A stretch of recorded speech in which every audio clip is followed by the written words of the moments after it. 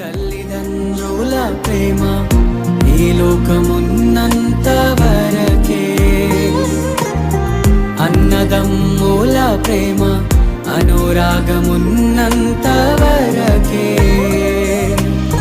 స్నేహితుల ప్రేమ ప్రియురాలి ప్రేమ, స్నేహితుల ప్రేమ ప్రియుని ప్రేమ నిధనమున్నంత వరకే,